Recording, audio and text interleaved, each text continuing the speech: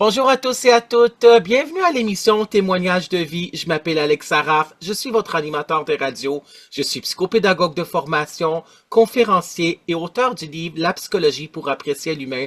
La vie est belle et simple, ce sont les gens qui la rendent triste et compliquée, qui a été publié en septembre 2017 chez Béliveau Éditeur. À l'émission Témoignages de vie, j'ai le plaisir et le grand bonheur et puis le grand en fin de compte aussi honneur de recevoir des invités qui sont inspirants, rayonnants et résilients.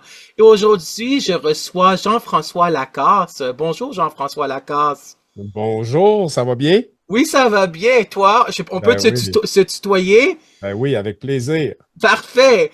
Donc, je vais dire en passant à ceux et celles qui nous écoutent présentement à la radio que cette émission sera diffusée à CKZW, Radio Shalom Montréal 1650 AM, aussi à Radio Webfree et je l'espère de tout cœur aussi par la suite à CJMD 96,9 FM, la radio de Lévis. Vous pouvez me suivre sur les réseaux sociaux Facebook Alex Saraf écrivain. Et j'ai aussi un profil LinkedIn. J'ai aussi ma chaîne YouTube Alex Saraf, auteur, animateur de radio, conférencier. Je vous invite tout le monde à vous abonner à ma chaîne YouTube Alex Saraf, auteur, animateur de radio, conférencier. Et cette entrevue, cette vidéo-là qu'on voit présentement sur Zoom, sera diffusée sur YouTube, LinkedIn et Facebook. Et mon courriel, bien sûr, c'est alexsaraf341-341@gmail.com. Donc, Jean-François Lacasse, je vais te présenter à nos auditeurs et à nos auditrices, puis aussi à ceux et celles qui vont regarder cette vidéo sur YouTube. Et je mettrai aussi des extraits, puis les liens sur LinkedIn et toute la vidéo aussi sur Facebook. Donc, Jean-François Lacasse, tu es un conférencier international. Tu es aussi bientôt auteur. On va parler de ton livre que tu es en train d'écrire. Tu es ambassadeur. Ça, c'est récent, je crois, parce qu'aujourd'hui, on l'enregistre. C'est le 4 septembre 2024. Ça sera diffusé en 2025, 2026, 2027 et par la suite.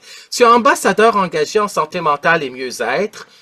Tu es aussi entrepreneur social, philanthrope et créateur de l'univers inspirant Mayday, Mayday.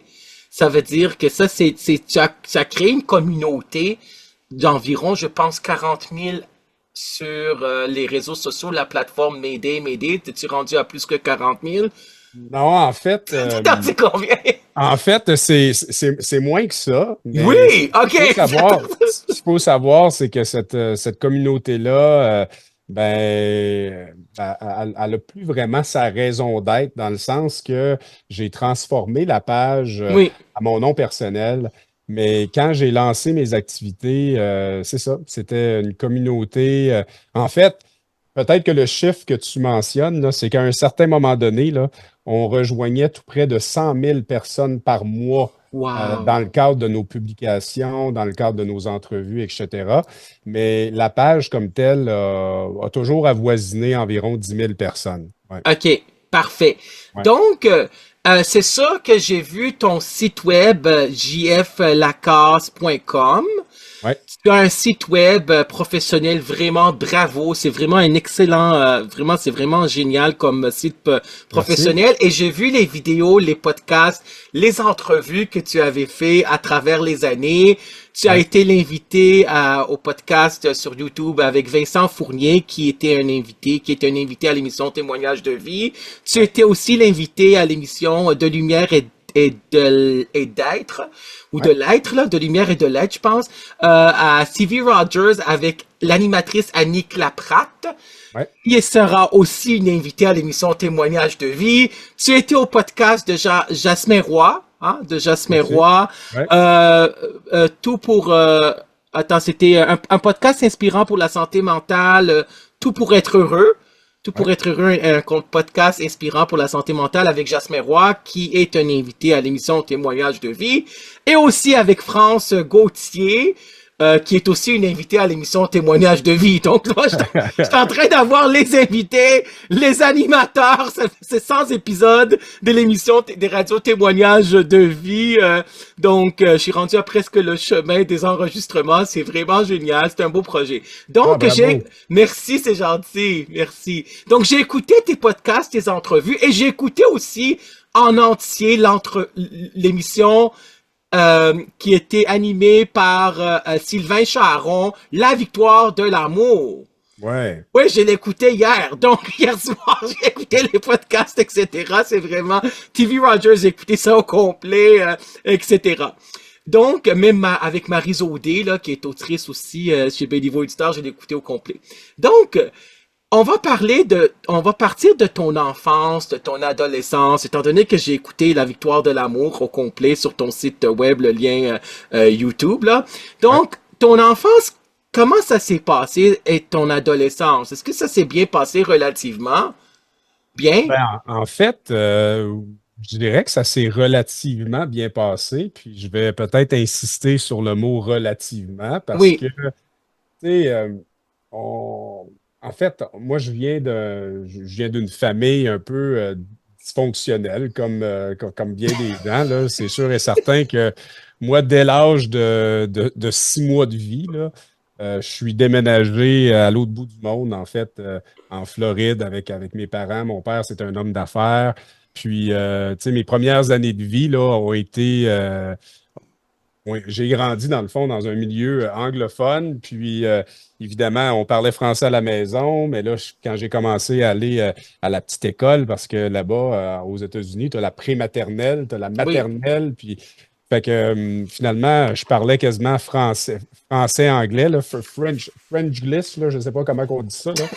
Mais Franglais, on dit franglais. franglais, Oui, franglais, ouais, mais moi, j'ai été écouté. j'inverse les deux. Tu parles très bien l'anglais. T'es vraiment bilingue, là, parce que j'ai écouté, à un moment donné, tu parlais en anglais lors d'une conférence, là. Ouais, Ouais, c'est exactement. ça. En fait, parfaitement bilingue, ça Ouais. serait, bon, pas tellement, mais je suis quand même, je me débrouille. Je Oui. suis allé à l'école anglaise là, jusqu'en troisième année. Oui.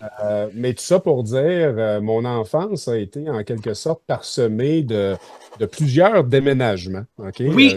C'est principalement ça, là, je dirais, qui vient en quelque sorte là, ben, en fait, ce qui est quand même assez particulier dans mon parcours de vie.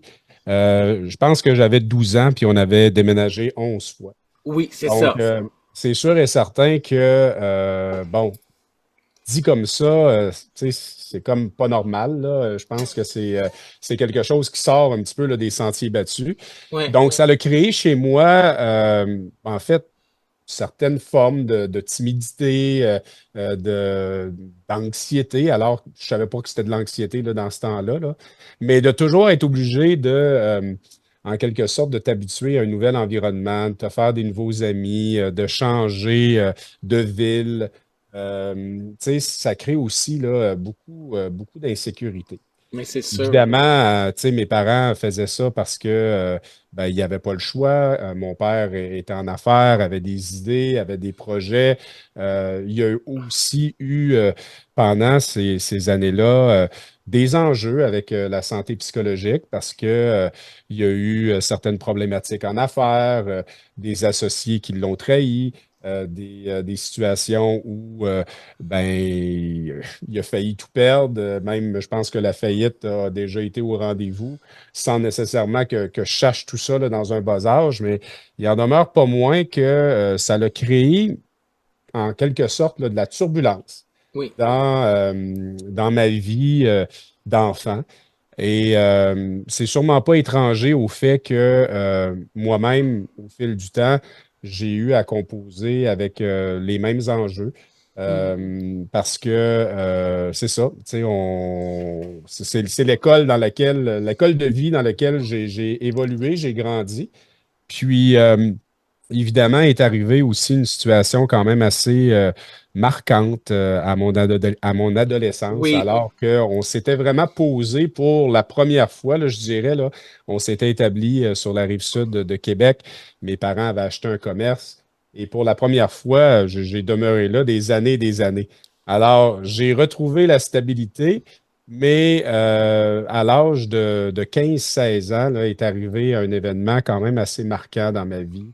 Puis je pense que c'est à partir de ce moment-là que j'ai commencé en quelque sorte à jongler avec une santé psychologique un petit peu plus, comment je pourrais dire, ben, affectée. Hmm. Pourquoi? Parce que, puis je le raconte ça à la victoire de l'amour, justement, là, Oui, je l'ai c'est écouté. pas quelque chose que je raconte nécessairement là, lors de mes interventions dans le Oui, corporatif, mais mais je quand je comprends. fais des interventions grand public, je vais souvent l'aborder. Moi, ma blonde de l'époque est tombée enceinte. Oui, Donc, évidemment, moi, j'étais en secondaire 5, je venais à peine d'avoir mon permis de conduire. Puis là, ben, la vie cognait à ma porte comme ça, là. Puis, on me disait que ben, j'allais être papa. Donc, c'est sûr et certain. Ben, à partir de ce moment-là, ben, c'est sûr et certain, j'ai été exposé très tôt dans ma vie à quelque chose de quand même assez confrontant.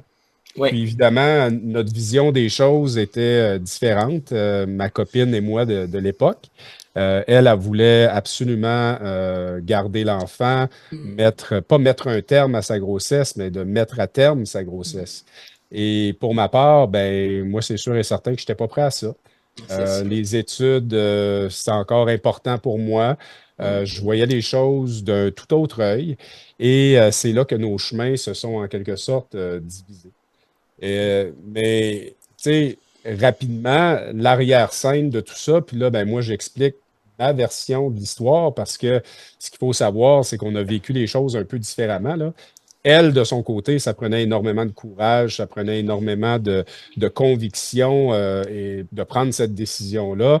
Elle a eu de l'aide, ça n'a pas dû être facile. Oui, Mais moi, de mon côté, à l'inverse, ben, c'est là que j'ai commencé à avoir des enjeux avec le regard des autres. oui, C'est-à-dire que, tu sais, dès l'âge de 16 ans, tu es confronté à une problématique comme celle-là. J'aurais eu besoin d'aide psychologique. J'en ai pas eu. Je me suis renfermé sur moi-même. J'ai fait le fort. C'est pas quelque chose qu'on abordait nécessairement à la table de cuisine parce que on voulait pas en parler parce que oui, la santé mentale, c'est tabou, mais je dois dire que ce sujet-là aussi, c'est extrêmement tabou, là. Tout ce qui touche l'avortement, tu sais, la paternité, la maternité à des jeunes, à des jeunes âges. Euh, Fait que c'est sûr et certain que moi, j'ai pris mon petit baluchon, puis je suis parti avec ça, puis j'ai fait du mieux que je pouvais à travers ce que je vivais à l'intérieur de moi. Mais c'est sûr et certain que quand je regardais des amis à l'école chuchoter, tu sais, je me disais, ah, Colin, ils doivent être en train de parler de moi, ils sont en train de parler de cette situation-là. J'avais l'impression d'être jugé sévèrement. Et c'est possiblement des choses que je m'inventais parce que, tu sais, j'ai compris avec le temps que c'était pas nécessairement le cas. Je pense que les gens étaient quand même assez, euh, ils comprenaient quand même là, la situation. Mais moi, dans ma tête, là, le scénario que je m'étais dessiné, là, c'est que je voulais absolument que ça devienne un secret bien gardé, puis je voulais pas en parler à personne. Et je suis parti au cégep, je suis parti à l'université, puis c'est devenu quelque chose que j'ai trimballé avec moi sans jamais en parler. Et évidemment, encore là, je le répète, il aurait fallu que j'aille de l'aide psychologique pour être en mesure d'être en mesure d'exposer ce que je vivais à l'intérieur de moi, mais je ne l'ai pas fait. Comme plusieurs personnes ne le font pas quand que c'est nécessaire. Donc, j'ai commencé à avoir des comportements déviants avec l'alcool, notamment, avec les drogues. Tu sais, autrement dit, là, tu sais, j'ai compris avec le temps là, qu'à cette période-là, je gelais le mal que j'avais. Et pour s'évader aussi, là, puis fuir, ouais, j'imagine. ouais, Ouais, ouais, ouais. Puis, tu sais, moi, j'avais comme l'impression d'avoir fui mes responsabilités d'une certaine façon. ouais. J'avais comme l'impression aussi d'être incompris là-dedans parce que je ne pouvais pas en parler.